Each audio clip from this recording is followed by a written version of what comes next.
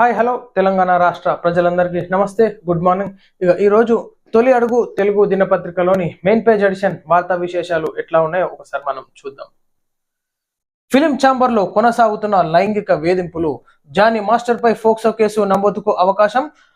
సినీ choreographer Jani master alias Shaik Jani భాషపై మహిళా commission లోను ఫిర్యాదు నమోదైంది. ఈ మేరకు బాధితురాలతో కలిసి పలు మహిళా సంఘాలు నాయకులు బుధవారం మహిళా కమిషన్ కు ఫిర్యాదు చేశారు. తనపై జరిగిన లైంగిక వేధింపుల వివరాలను పేర్కొంటూ 40 పేజీలతో కూడిన లేఖను బాధితురాలు సమర్పించారు. పరిగణలోకి తీసుకున్న కమిషన్ ఫిర్యాదును స్వీకరించడంతో పాటు న్యాయం చేస్తామని ఆమెకు హామీ ఇచ్చింది. అనంతరం మహిళా కమిషన్ చైర్పర్సన్ నేరెళ్ల శారద మీడియాతో మాట్లాడుతూ మహిళలకు అండగా మహిళా కమిషన్ నిలబడుతుందని, మహిళా కొరియోగ్రాఫర్ కు న్యాయం చేస్తామని హామీ ఇచ్చారు. ఆమెకు రక్షణ కల్పించాలని పోలీసులను ఆదేశించినట్లు తెలిపారు. సినీ పరిశ్రమలో మహిళలు ఎదుర్కొంటున్న ఇబ్బందులను సీఎం దృష్టికి తీసుకెళ్తానని చెప్పారు. పిఓడబ్ల్యూ అధ్యక్షురాలు సంధ్య మాట్లాడుతూ కొరియోగ్రాఫర్ అసోసియేషన్ అధ్యక్షుడిగా ఉన్న జానీ మాస్టర్ బాధిత మహిళలను ఇబ్బంది పెట్టారని, సో ఇది మనం చూస్తున్నాం.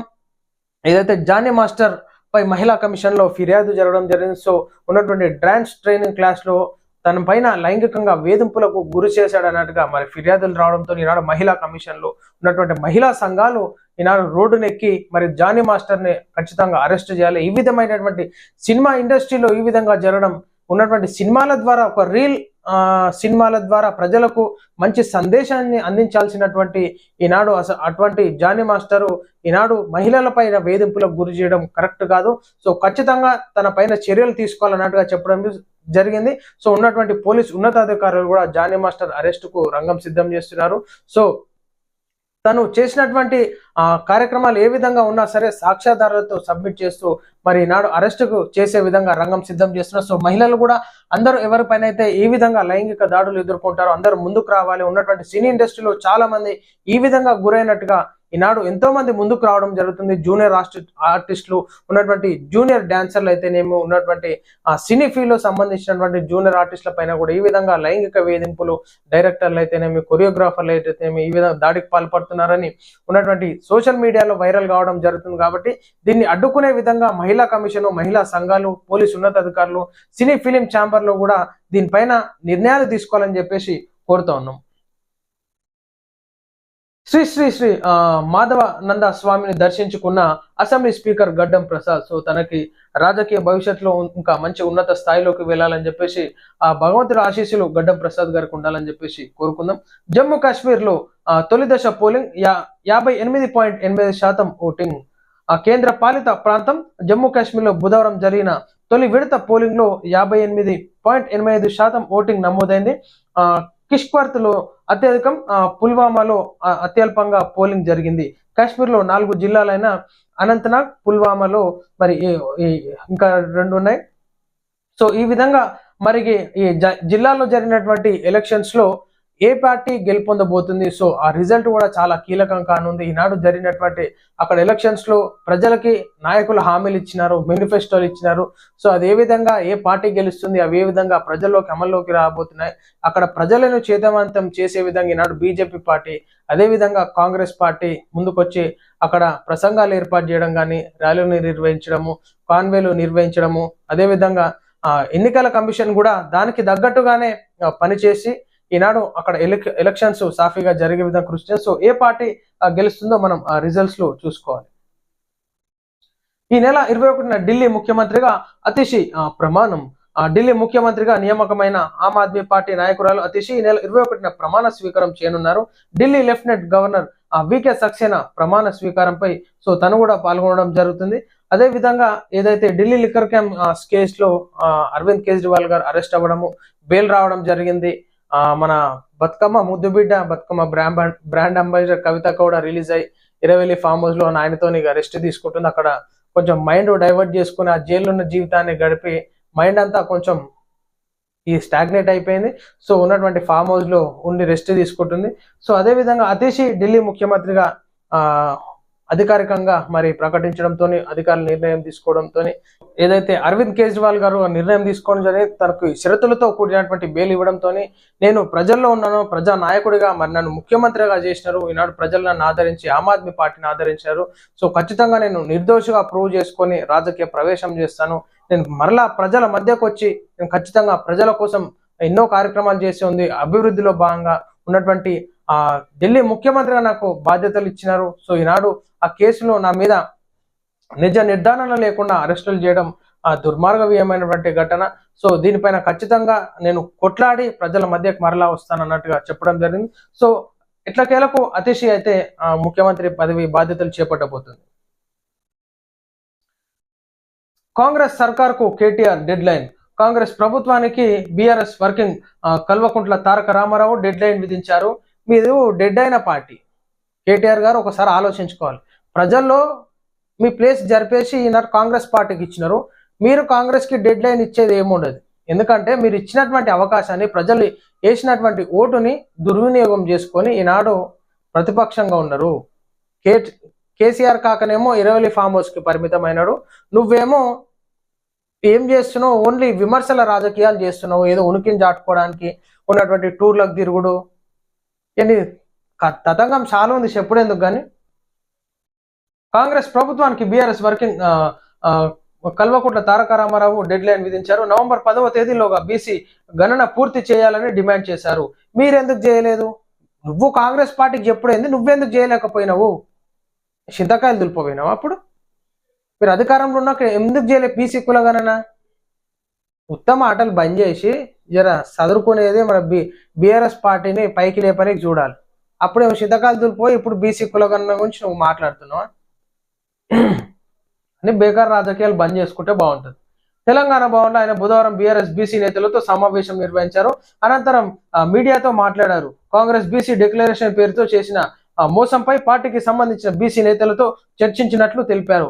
మీ బీఆర్ఎస్ పార్టీలో ఉన్న నాయకులే బీసీ రిజర్వేషన్ గురించి మాట్లాడలేరు, మీరు అనగదొక్కినారు. ఉన్నటువంటి బీఆర్ఎస్ పార్టీలో బీసీ నాయకులు కూడా ద్రోహం చేసినారు బీసీలకి. మీ మోచేతులు నీళ్ళు దాక్కుంటా, మీ కాలు బాంచం ద్వారా అనుకుంటా తిరిగి ఈనాడు బీసీ సంఘాలను కాదని, బీసీలని ప్రజలను కాదని మీ దగ్గర బానిసలాగా బ్రతికి ఈనాడు బీసీలకు అన్యాయం చేసింది మీ పార్టీలో ఉన్న బీసీ నాయకులే. వాళ్ళకు సోయి ఉంటే పార్టీలకు అతీతంగా వచ్చి ఉన్నటువంటి బీసీ కులగన ఖచ్చితంగా జరగాలని చెప్పేసి ఎందుకు ముందుకు రాలేదు? తాయి వండుకున్నారా? సోయి ఉండాలేమో. బేకార్ రాజకీయాలు బంద్ చేసుకొని జర మీ దుఃఖం కూడా బంద్ చేసుకుంటే బాగుంటుంది. ఆల్రెడీ మీ దుఃఖాన్ని ప్రజలందరూ బంద్ చేసిరు.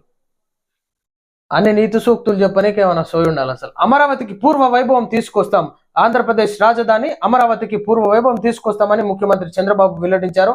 అమరావతి అభివృద్ధికి కేంద్రం 15,000 కోట్ల ఆర్థిక సాయం ప్రకటించిందని పేర్కొన్నారు. బుధవారం మంగళగిరిలో ఎన్డీఏ శాసనసభ పక్ష సమావేశాన్ని నిర్వహించారు.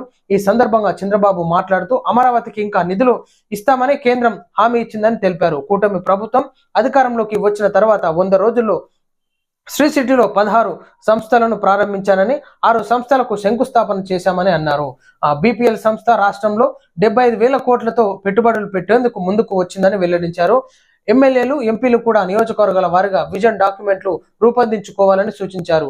గత ప్రభుత్వం హయాంలో వైసీపీకి 150 మంది సీట్లు ఉన్నాయని విర్రవీగిన వారు 11కు పరిమితమైన చూడొచ్చు ఏ విధంగా ఎలక్షన్లో ఈనాడు వైసీపీ వాల్యూలు కోల్పోయింది. వైసీపీ నాయకులు చేసినటువంటి రచ్చరచ్చ మనం చూడొచ్చు.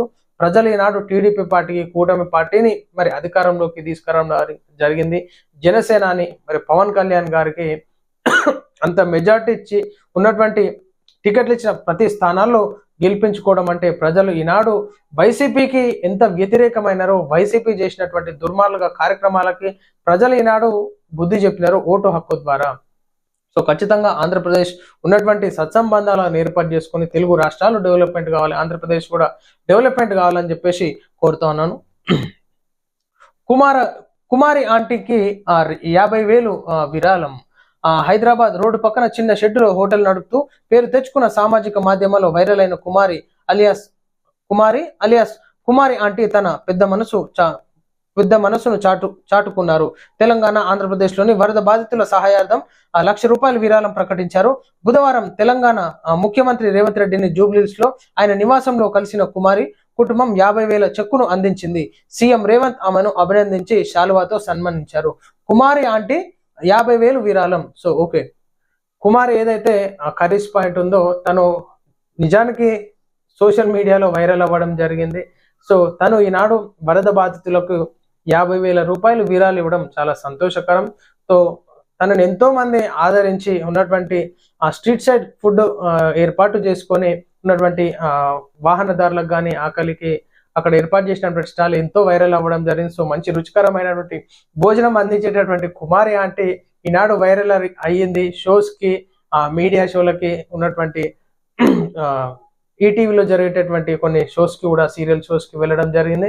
సో తను ఈనాడు ఉదారతను చాటుకొని తెలంగాణ రాష్ట్రంలో ఏదైతే నష్టం జరిగిందో వరద బాధితులకు తన వంతు సహాయంగా 50,000 ఇవ్వడం చాలా సంతోషకరం. తన వ్యాపారం కూడా బాగా జరగాలని కోరుకుందాం.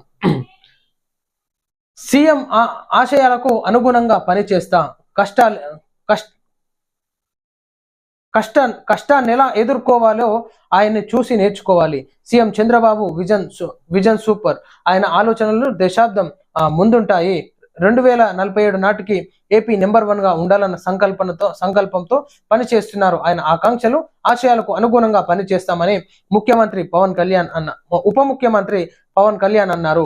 కూటమి ప్రభుత్వం ఏర్పడి 100 రోజులు పూర్తి చేసుకోనున్న సందర్భంగా మంగళగిరిలోని ఓ కన్వెన్షన్ సెంటర్ లో నిర్వహించిన కూటమి పార్టీల సమావేశంలో పవన్ ప్రసంగించారు. సీఎం చంద్రబాబు నాయకత్వంలో ఏపీ అన్ని రంగాల్లోనూ అభివృద్ధి సాధించాలి.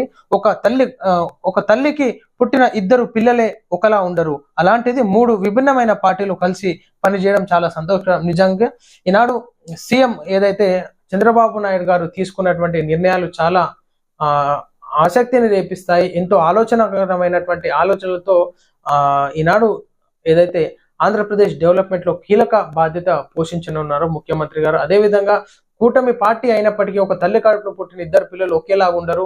సో ఉన్నటువంటి కూటమిని కూడా ఏర్పాటు చేసుకొని నాడు ప్రభుత్వాన్ని స్థాపించుకోవడానికి మూలమైనటువంటి కూటమి పార్టీ కలిసిమెలిసి వర్క్ చేయడం చాలా సంతోషకరం. గౌరవంగా ముందుకు వెళ్ళడం, అదేవిధంగా అధికారులకు కూడా దిశానిర్దేశాలు ఎప్పటికప్పుడు చేస్తున్నటువంటి నాయకులకు కూడా అందరం కలిసిమెలిసి వర్క్ చేయాలని చెప్పేసి వాళ్ళకి మీటింగ్లు ఏర్పాటు చేసుకొని కలిసిమెలిసిగా ముందుకు పోవాలి, ఆంధ్రప్రదేశ్ డెవలప్మెంట్ చేసుకోవాలన్నట్టుగా పవన్ కళ్యాణ్ గారు చెప్తున్నారు. సో ఇది మనం చూస్తా ఉన్నాం ఈ రోజు తొలి అడుగు తెలుగు దినపత్రికలోని మెయిన్ పేజ్ ఎడిషన్ వార్తా విశేషాలు. నమస్తే.